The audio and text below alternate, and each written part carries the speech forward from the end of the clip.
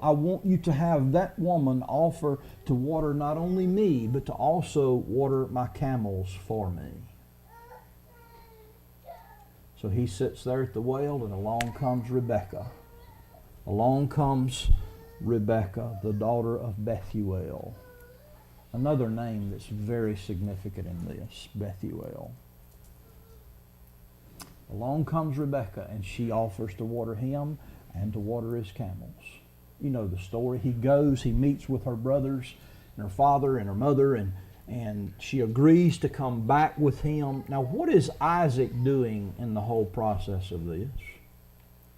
Is he out hunting for a wife? No. In fact, as Eliezer comes back from Mesopotamia with Rebekah on a camel, as he comes back with what was to be Isaac's bride, there's a beautiful passage here. Isaac went out to meditate in the field toward the evening. What is Isaac concentrating on? If he's meditating, what's he concentrating on? His relationship with his God, is he not? A 30-year-old man, you would think at this time this bachelor would be desperate. No. He's meditating on the glory and the goodness and the greatness of the God of his father. He's meditating, and what happens? He lifted up his eyes and saw, and behold, there were camels coming, and Rachel was on one of those camels. Beautiful story there. Beautiful story there. So his bride was brought to him. He was passive in the process, just as Adam was caused to fall into a deep sleep, and he was passive in the process of receiving his bride, so Isaac was passive.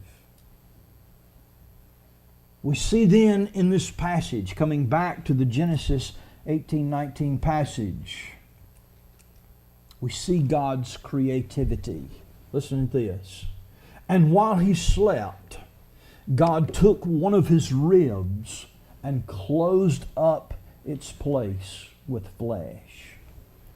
You know, that's pretty graphic language.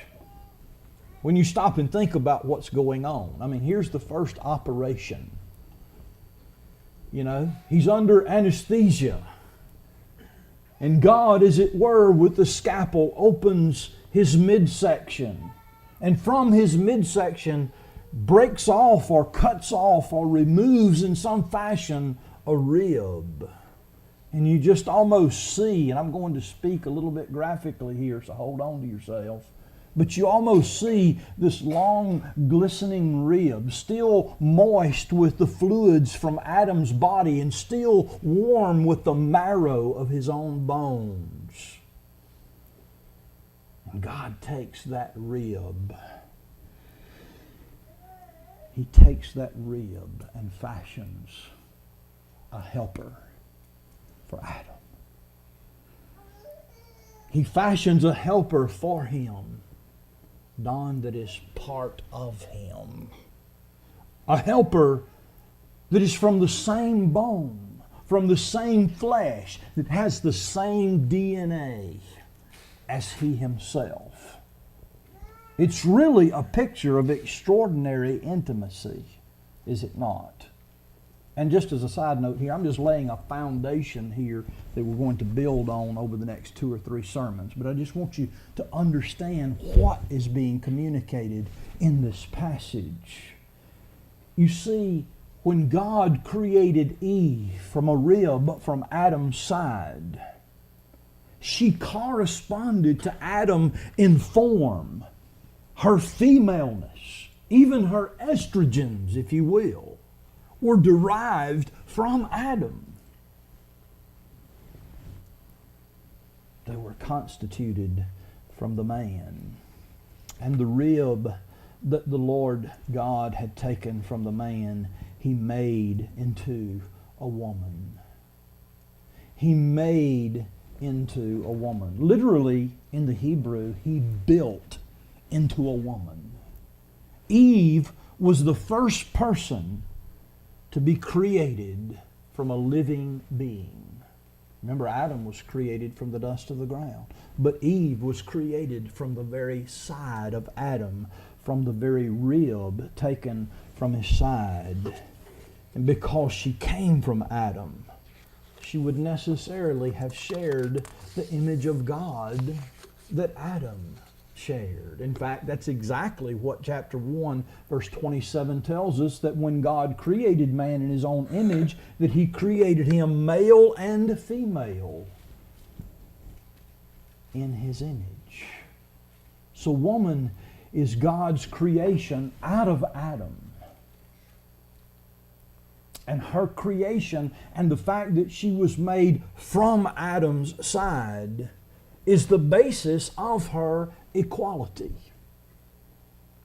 Now again, we live in a culture in which oftentimes misogyny and a downward-looking attitude toward women is often characteristic, and sadly enough, it's often characteristic of people who name the name of God, but that's not the picture that comes to us of Eve as she is created here in the book of Genesis. I think Matthew Henry, the Puritan commentator, put it very well in what is a quote that many of you are probably familiar with, when he said of Eve that she was not made out of Adam's head to top him. She was not made of his feet to be trampled upon by him, but she was made out of his side to be equal with him, under his arm to be protected, and near his heart to be beloved. I think that puts it very, very eloquently. This relationship that Adam has with his helper, his bride from God. So we see in conclusion of this section, as Adam passively sleeps, God perfectly provides. And He builds for Adam a bride from the intimacy of his very side. And coming from Adam, she possessed the very image of God that Adam himself was created in. And finally, in our exposition of this section of verses, when God has created this creature from Adam's side, this comparable helper, this fit helper for him, we find that there is a profound presentation of this bride to Adam. You see, in men that have daughters, this should resonate. You see, Eve was the first daughter of God. Eve was the first daughter of God. She was sinless. She was perfection. She was beauty personified. She was the